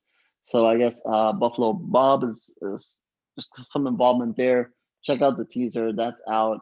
And I believe, let's see, February 11th. That'll be out on February 11th. So it's good to see they fought the virus and were able to put that together somehow, some way. Speaking of something that was held off because of the virus, is we know there's going to be a third part to the Collector, the Collection, and now the Collected. Looks like they're gunning up for a January, February restart. I guess they started shooting previously, or they wanted to, and they'll be back in the studio and get the ball going on that one, because I know that we're all anxious to see how this trilogy concludes. I'm guessing this is going to conclude, and they'll just wrap it up very nicely. Here's something, another interesting thing here: Godzilla versus Kong and Dune and The Conjuring. Several other movies might be coming to HBO Max next year. Max. There's little debate there. I guess Warner Brothers decided they were going to put all their stuff both in theaters and release it there. That wasn't pleasing everybody. It looked like at first we were going to be able to see Godzilla and Kong and some of these other ones there, but now it looks like there's some pushback to that. So we'll see what ultimately happens. I say bring it home, because I don't think I plan on going to theaters, vaccine or not, anytime soon. So I want to see these movies. Bring it home so I can see it. Couple of movies here. One coming to Shudder January 14th is The Hunted. Definitely check that out when I guess the Shudder that they released they gave a new poster and trailer out here this week. Another one that was a festival film here is Climate of the Hunter. This one's a unique film. It's going to be for some people. Some people aren't going to like it, but it's coming to theaters December 18th and later on demand January 12th. And my recommendations for this week, I finally got to see Arch Enemy, the superhero call it movie from Adam Egypt Mortimer. Not horror, does have a couple of really violent scenes in there, more of a superhero type movie, but I definitely recommend checking that out. Anyway, movie that I saw the other day, Hunter x Hunter. I'm not sure that I'm supposed to say anything about this yet. I believe it comes out next week sometime. A little bit of a slow burner, a little bit of a survivalist kind of movie to start. But then what I liked about it is you kind of saw the horror, and then they ended it with the horror there. So if you turn that on, and you catch that, you might be like, what am I watching? I don't really want to watch this. Kind of starts off slow, but you're going to want to wait till the end of this movie. And then we gave a ton of Christmas recommendations to start. I had already scheduled a written one down here, and that was P2, which Muse already wrote. But definitely check out more parking garage horror. I don't know why they should do more of that, because there's a lot of horror that can be happening in parking garages, Christmas or not. And that is the rundown. I love it. Great opening segment. Lots of news, lots of intake. I think we get the Fantasia films, and then you get like this die down for films for the rest of the until next year. So can't wait till we get more films to talk about and to review. But great job, Horo, as always. Dexter, you didn't contribute to anything, but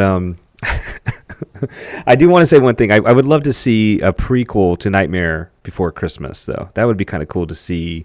I love Nightmare Before Christmas. That's one thing I watch every year, and I think Dexter and I could watch that. And you can go out and get COVID, Horo.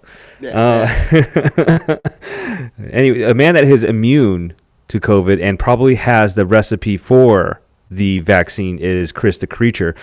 Chris, let's hear what you got for the horror movie.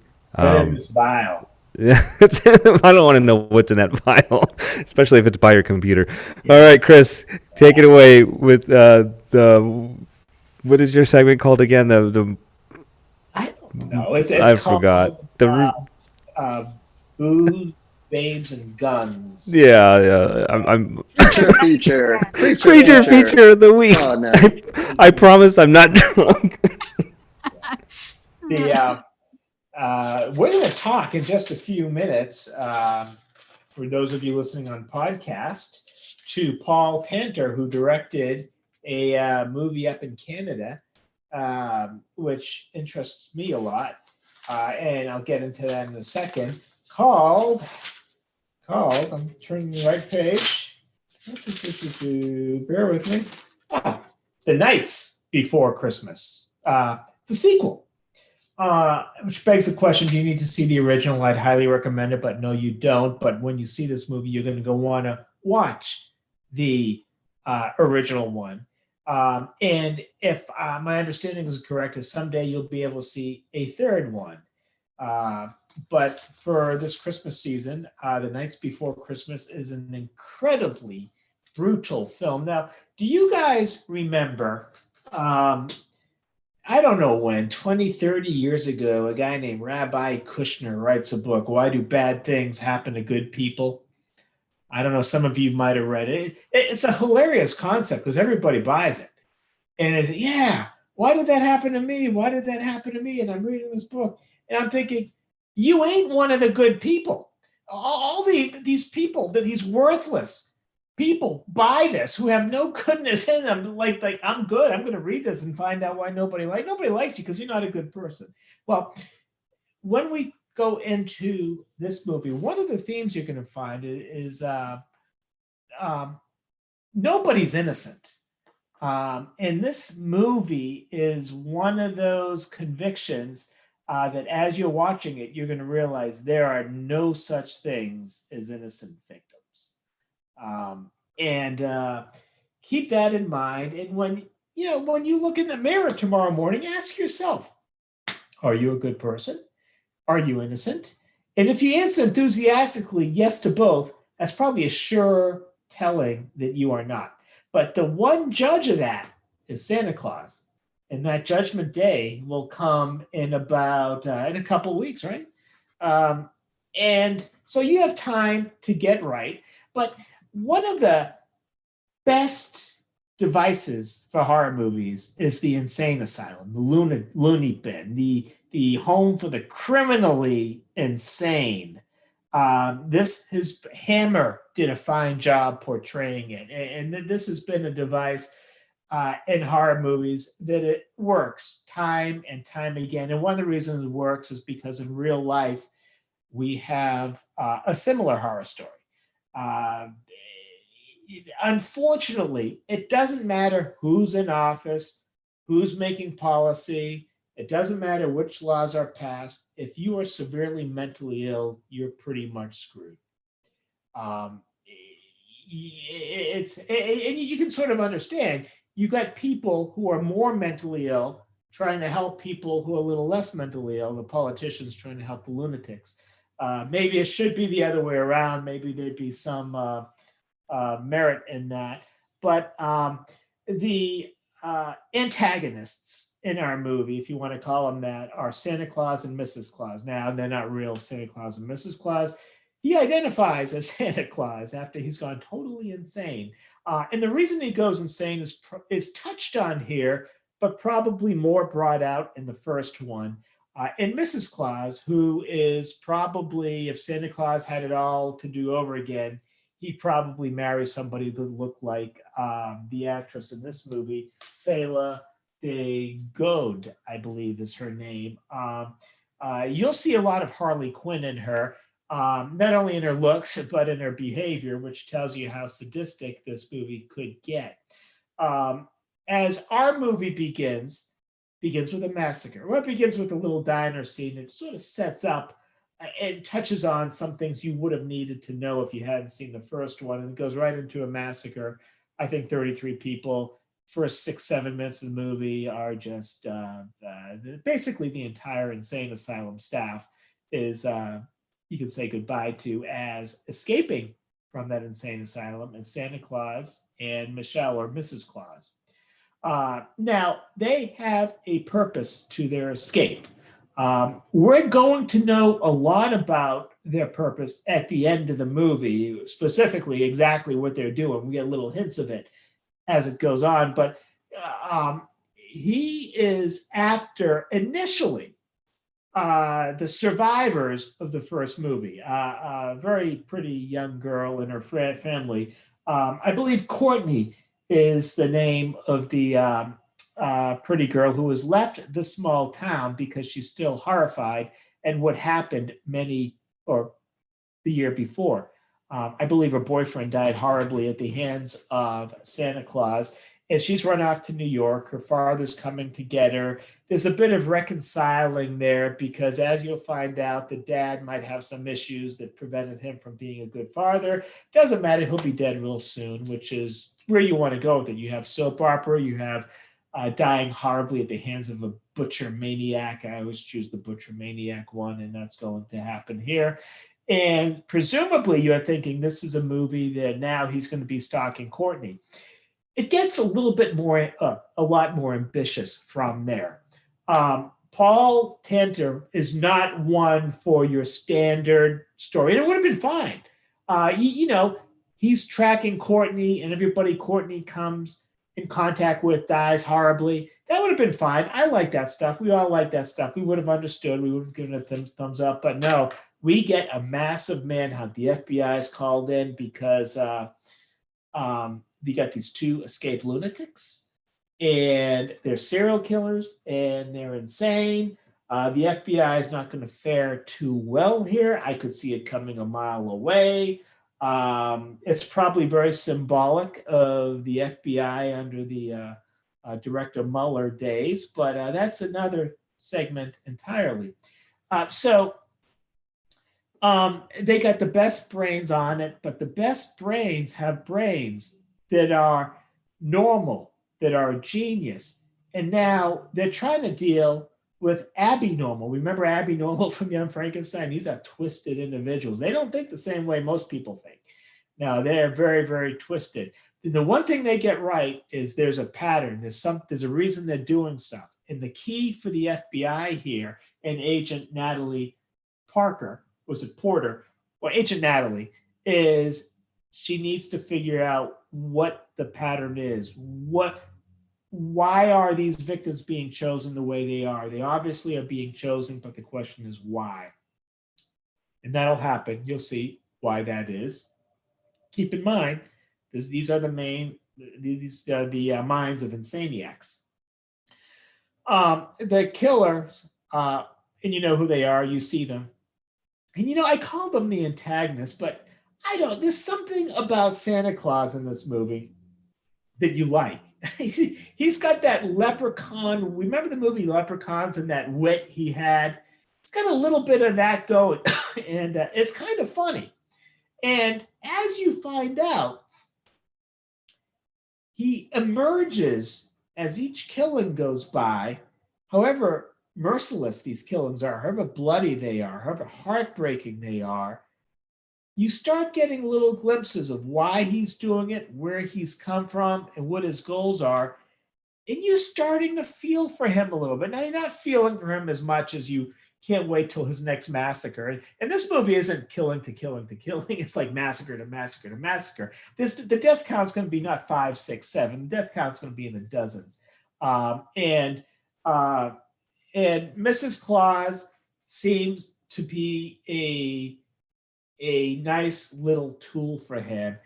So he sort of throws her out there and then comes in behind and surprises everybody.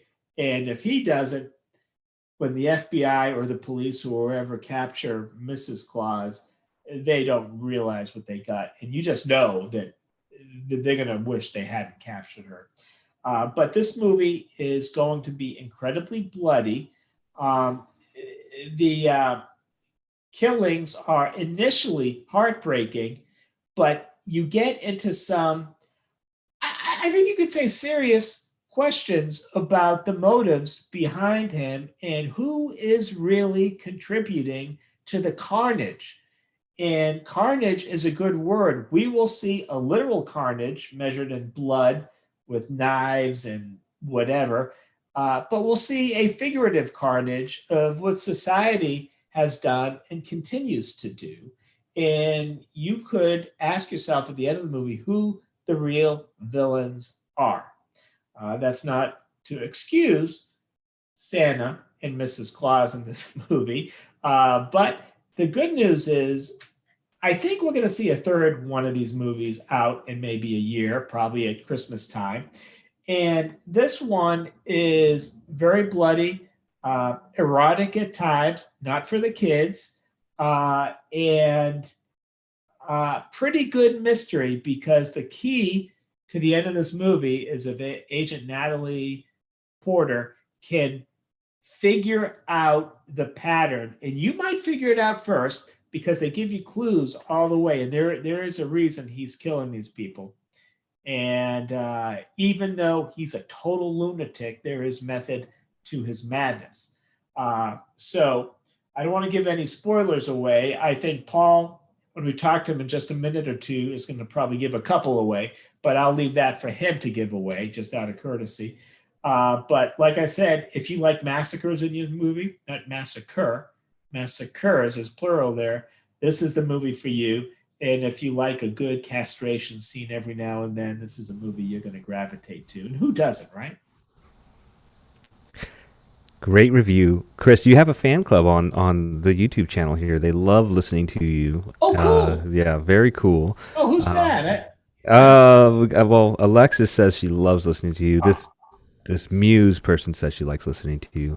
And I'm sure everybody else does too. I love it. You know, you have this way of telling a story, and I just watched the film, and then I'm listening to you, and then I got to go back and watch it again because you pick up on all these things. It's great.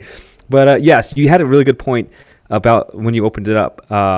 We didn't watch the first film. Horror may have, I don't know, but you watched this one, and then now you want to go back and watch the first one to see why these people are the way they are, what happened, because it kind of alludes to it. You don't have to watch the first one, so go watch it, check it out. Anyway, thank you, Chris, so much. Let's get into our interview with director Paul Tainter of The Nights Before Christmas. We'll be right back, everybody. All right. Good show, guys. We're going to bring it on home. Shout out to everybody in the chat room. Thanks so much, guys. We'll shout you guys out in a second here. All right, guys. Here we go.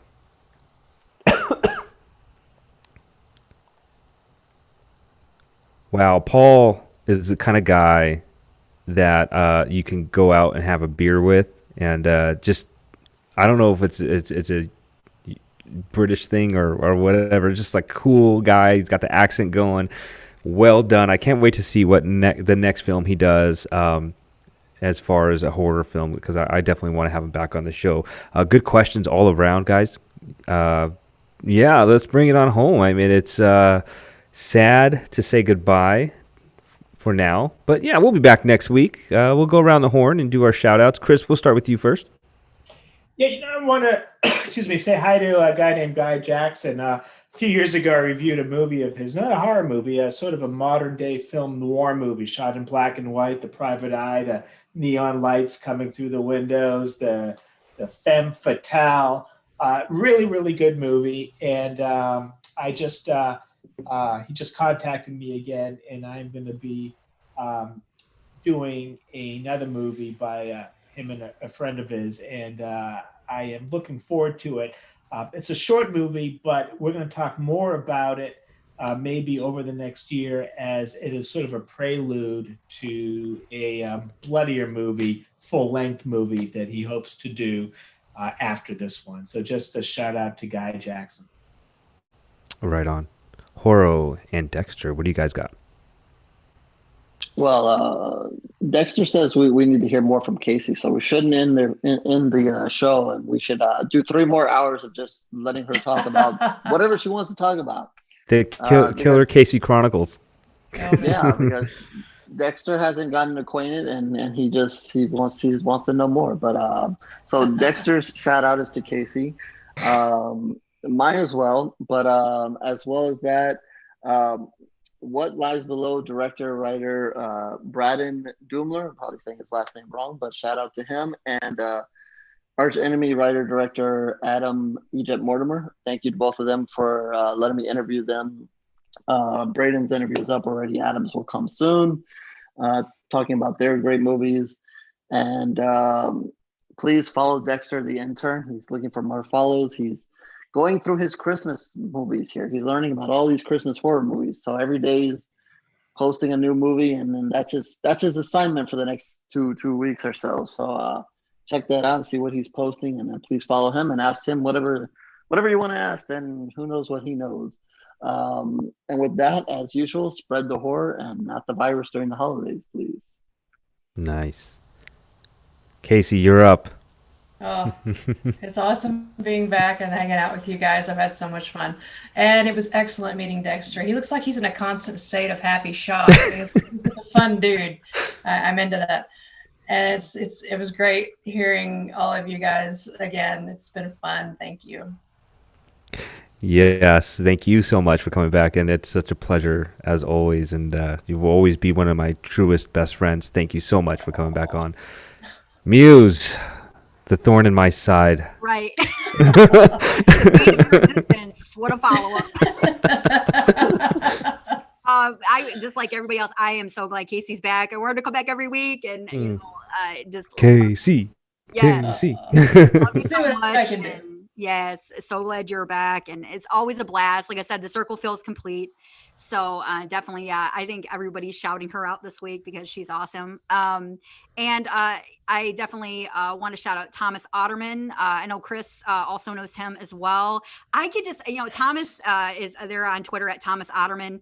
He always has some of the greatest movie recommendations. He's excellent for coming up with movies maybe they have not seen. He makes me think of like Chris's like counterpart, kind of like, I could see them hanging out, having beers, and he's out there, I think, in Anchorage, Alaska, which I've always wanted to visit. I want to say Chris visited him. I did. We had beers at Buffalo Wild Wings. Yeah, see, so that's where I'm getting this. I'm like, B-dubs. You guys seem like you'd be like BFFs forever for sure. He reminds me a lot of Chris. He's a really cool guy, really great friend on Twitter. So I want to shout him out. And that's it. And all the people in the chat as well. I know like Ken's going to cover that more in depth, but you guys are awesome. Thanks for helping out in the trivia. I think that's a cool extra lifeline. I love that. Yeah. I thought it was really cool. So yeah, that's it for me this week.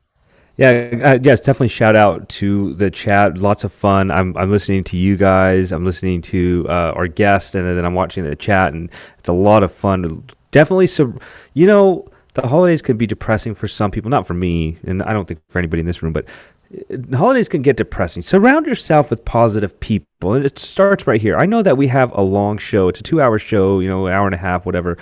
Alexis, John, Mike, all these people that are in the chat, thank you so much. You guys are great Twitter follows in your own right. And also you four, I love you guys. Thank you so much. Also, Casey, like I said, thank you so much for coming back. I do actually have a couple shout outs instead of, playing, what is the sad song or the happy song here. I want to just shout out a movie that is looking for funding. This is called... excuse me real quick. The Elsewhere. I'm just going to read this quick story synopsis here. The story centers around Emma, a struggling writer who begins her day by receiving incredible news about her latest story. Upon hearing the incredible news, her sister Sharon throws an impromptu celebration party for her later that night. Soon after arriving, Emma runs into an ex-boyfriend, Brad, of course it's a Brad, who shows up uninvited and reminding her why they are no longer dating. At the end of the party, Emma is approached by a suave film executive, Steven, who appears to have ulterior motives for attending. But before his true intentions are known, their conversation is interrupted by a mysterious young woman named Jasmine. The party lasts well into the night, with Emma being the center of attention for each of these individuals. The next morning, Emma finds Emma alone in her bedroom, unable to speak or hear. Anxiety, fear, hysteria build as we learn through flashbacks exactly what happened. This movie is starring Jamie Bernadette from, I think she was in Spit on Your Grave, the remake. I can't remember. Her face looks really familiar. I can't remember. But you can also go to Indiegogo for the campaign link, and if you just go to the Elsewhere movie on Indiegogo.com, and if you choose to back this movie, they are looking for backers. We will be trying to give them a big push here, but check it out. That's Indiegogo, the Elsewhere. Also, shout out to the Strange Society Network. All our podcasts you can find there. If you're looking for new podcasts to listen to, some really, really great ones. Harrison Smith, Crash Palace, with the Screams Behind, Misery Loves Garlic Bread. They're back. Love those ladies, and so on and so forth. Also, a shout out to Isaac Thorne, who does our opening for the show on the podcast. You guys are awesome, as always. I can't wait to talk to you till next week. But until then, keep it scary, my friends.